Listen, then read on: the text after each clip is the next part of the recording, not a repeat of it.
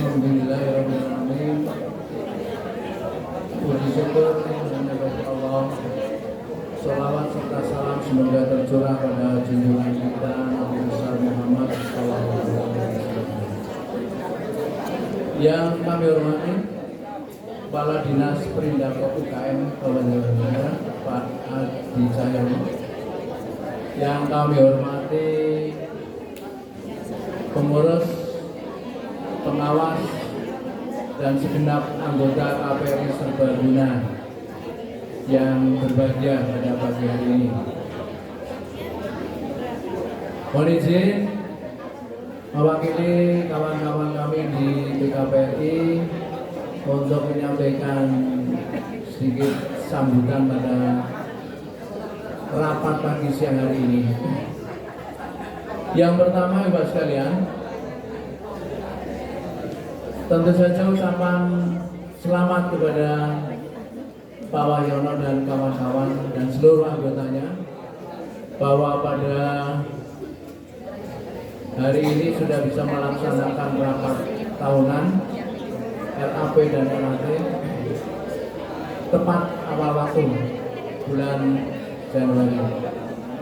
Ini sebuah prestasi yang perlu selalu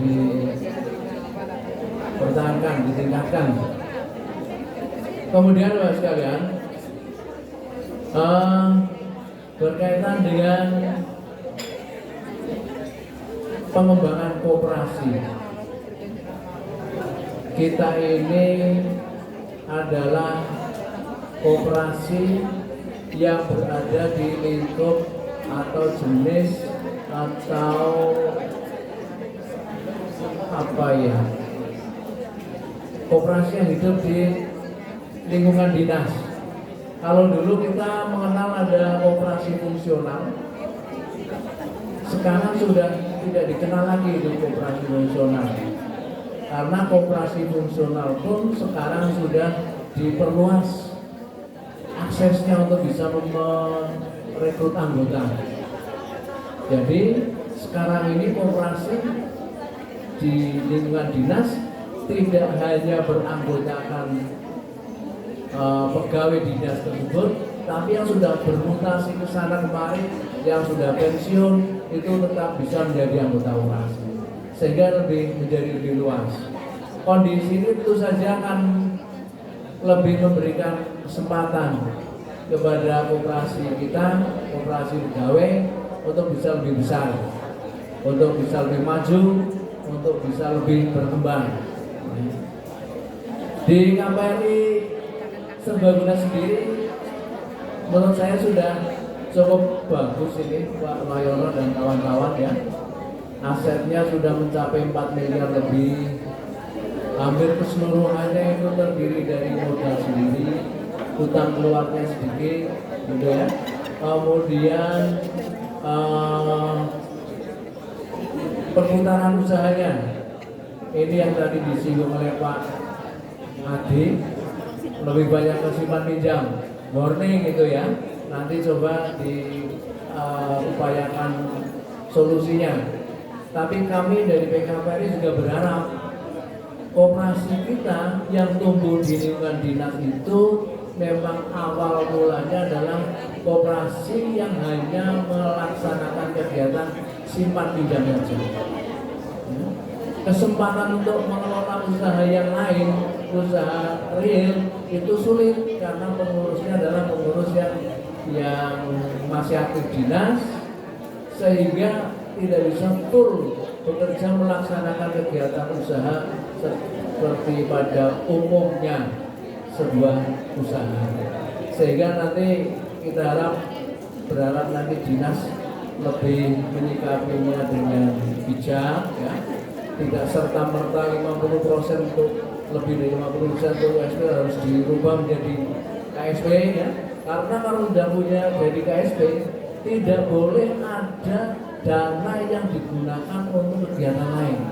Toko tidak boleh, investasi sektorial juga tidak boleh. Jadi miliki hanya simpan pinjam saja. Dilema memang kalau koperasi harus jadi KSP. Koperasi kita terutama berbeda dengan KSP yang sudah tumbuh berkembang di masyarakat. Kemudian Bapak sekalian, terkait dengan itu ada konsep pengembangan koperasi yang barangkali nanti kita harus patuhi. Ini kepada pengurus untuk dicermati bahwa konsep pengembangan koperasi nantinya adalah lebih ditujukan pada aspek kepatuhan. Ya, aspek kepatuhan itu adalah aspek yang harus dipenuhi oleh koperasi dalam rangka menjalankan organisasi koperasi. Kepatuhan itu artinya adalah mengikuti dengan regulasi yang ada.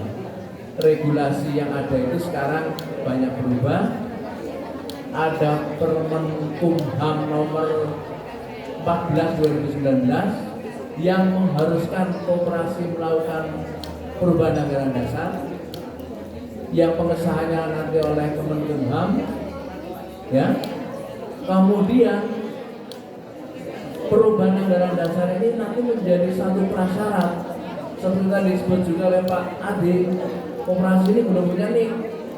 Kalau mau diregistrasi NIK-nya ke Kemenkop, maka anggaran dasar sudah harus anggaran dasar yang disahkan oleh Kemenkumham. Jadi urutannya begitu. Kalau ujung-ujung daftar NIK jadi nanti karena aturannya begitu. Demikian juga ketika PAD seluruhnya juga sudah dipersyaratkan. Jadi memang ada dua sisi yang harus dicukupi. Bisa NIK-nya dulu kemudian melakukan PAD, atau PAD dulu kemudian NIK-nya harus diusahakan. Seperti yang sedang dilakukan oleh PKWRI, kita melakukan PAD. PAD-nya itu bukan sekedar menyesuaikan terhadap regulasi, akan tetapi juga memenuhi kebutuhan yang ada. Jadi ada dinamika di kelembagaan koperasi yang menyebabkan pengelolaan pergantian organisasi manajemen itu menjadi sulit, yaitu pembatasan-pembatasan. Oleh karena itu yang sedang kita ubah dan insya Allah sudah disahkan dalam rapat anggota, dan perubahan anggaran dasarnya sedang diregistrasi ke Kemenkumham. Mudah-mudahan dalam waktu yang dekat bisa memperoleh pengesahan dari sana. Yang dirubah itu simpanan pokok, ya. KPRI simpanan pokoknya semula 100.000, sekarang dirubah menjadi 500.000 per KPRI. Kemudian terkait dengan pembatasan masa jabatan pengurus pengawas sekarang dihilangkan, jadi tidak terbatas sepanjang dipilih saja oleh anggota. Kalau anggota sudah tidak suka dengan pengurus yang ada, pilih orang lain, kan gitu. Jadi demokrasinya nanti akan betul-betul dilaksanakan dengan sebaik-baiknya. Tidak harus terikat dengan peraturan-peraturan yang menyulitkan ketika pergantian pengurus. Strukturnya harus terikat dengan pengikatan-pengikatan tadi, ya. Sehingga kadang-kadang kita harus menempatkan orang di posisi yang tidak tepat. Dengan demikian maka perjalanan daripada organisasi koperasi pasti akan menjadi lebih sulit. Kemudian Bapak sekalian, ini nanti ada pilihan pengurus ternyata, ya. Saya kemarin kurang teliti membaca, saya membaca di aksaranya tidak ada, ya. Ternyata di belakangnya ada peraturan pilihan pengurus.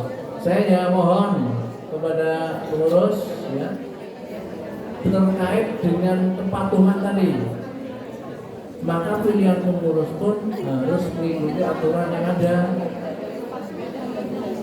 Anggaran dasar itu menjadi pokok untuk melaksanakan pilihan pengurus, ya.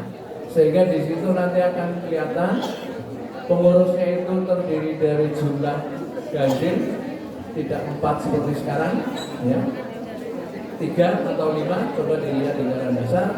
Kemudian pengawasnya juga ganjil, bukan 2 tapi 1 atau 3, gitu, ya. Coba nanti karena di aturannya belum, peraturan pemilihan ini belum dibuat, maka nanti akan kita sepakati bersama akan milih 5 atau milih 3, pengawasnya milih 3 atau 1, gitu ya. Kemudian karena belum ada aturan, nanti model pemilihannya mau seperti apa, jika nanti ya terpaksa harus kita bahas di sini, ya, karena belum ada konsep yang draft untuk melakukan pemilihan pengurus. Tapi sebaiknya menurut saya, zaman demokrasi seperti ini sebaiknya pilihannya langsung orang per orang, ya. Meskipun menjadi lama, tapi nanti hasilnya pasti akan lebih demokratis. Itu satu sisi. Tapi kalau anggotanya kesiapannya untuk memilih orang per orang itu juga sulit atau tidak siap, maka hasil yang dihasilkan pun mungkin tidak menjadi bagus.